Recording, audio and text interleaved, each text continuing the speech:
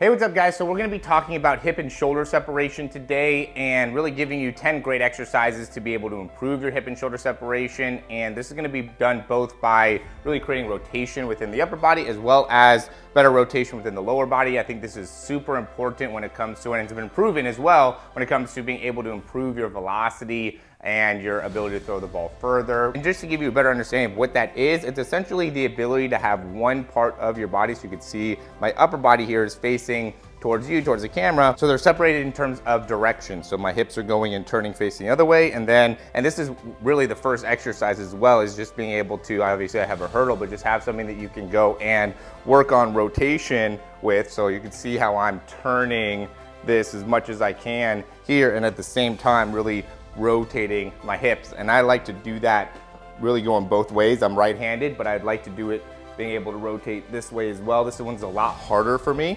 just because I grew up playing quarterback and golf and things like that, and so this one really ends up being difficult. I get a lot of pull coming on through here, but I'm really focusing on being able to rotate my hips here as I am keeping my shoulder back. So this will be exercise number 2. You can see I have my knees really far open here. I can really tuck or untuck my toes. If I untuck my toes, I can sit back a little bit more. This really locks in my lower back. Then from here, I'm gonna have my hand out in front, and then I'm just rotating all the way up. As I come through, I like to reach back across and then come all the way back up. Notice how I'm looking at the weight as I'm going through that, and that's going to make it so now I can create rotation more so in the shoulders and upper body. Then I'm going to also go into laying on my back. This one's going to be more lower body, keeping my shoulders down, keeping my feet facing straight up, and now I'm going to just rotate side to side. This is really working more lower body and my ability to create rotation and be more stable in the upper body. The one before was stable in the lower body,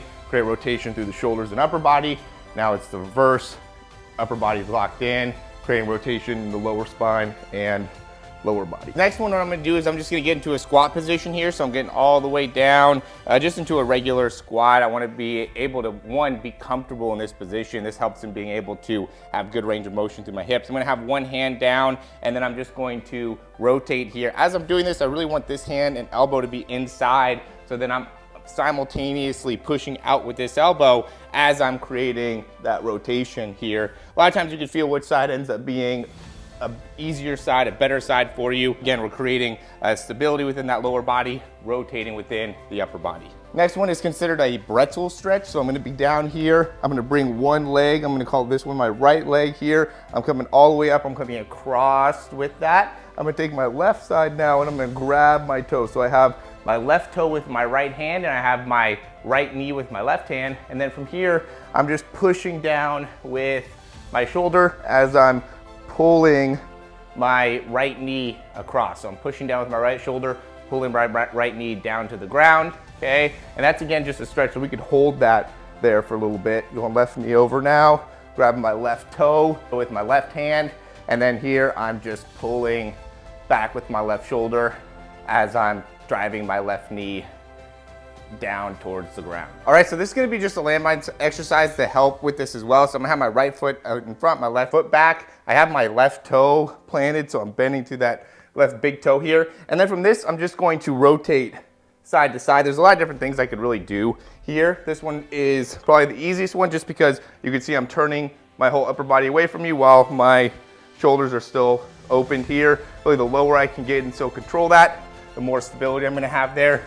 I could also do things where I'm like turned here, rotating within that upper body, really working on being able to twist with that back leg as I'm doing that, okay? I could even go here, work on kind of loading through here, and then rotating, load through here, rotating. That all helps in being able to just better understand, and that's really what's most important here, is how to be able to create that hip and shoulder separation. Here's another good way to create that hip and shoulder separation. So you can see I'm here, and what I'm just gonna do is I'm just gonna pull the bands here and then just be able to control right back. So I'm in a position, my hips are facing over the side. I'm allowing this band to kind of pull me, and then I'm gonna come back and control that back, just like kind of like an anti-rotation type of exercise. I'm creating rotation through the core.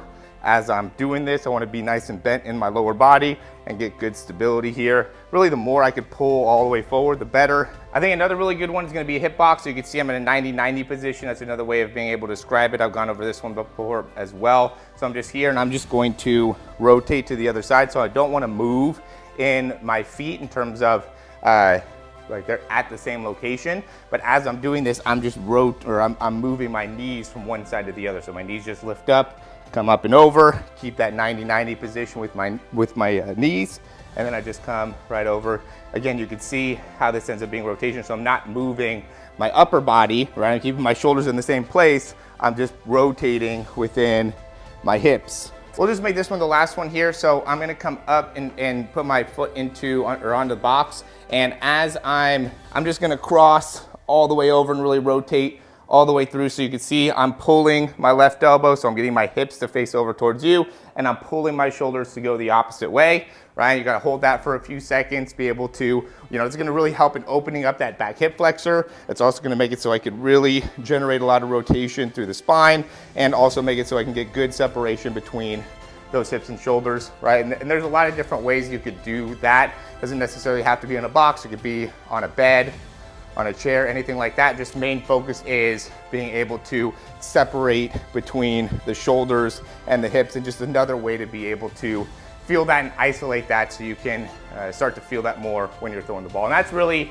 the main part of the video, or the main focus of creating this video, is really for throwers to be able to understand how to create that hip and shoulder separation when they're throwing, to make it so that's more smooth and they can create force through the hips, through the spine, and through the shoulders to be able to maximize their throw. So as always, guys, if you like the information, click that thumbs up down below.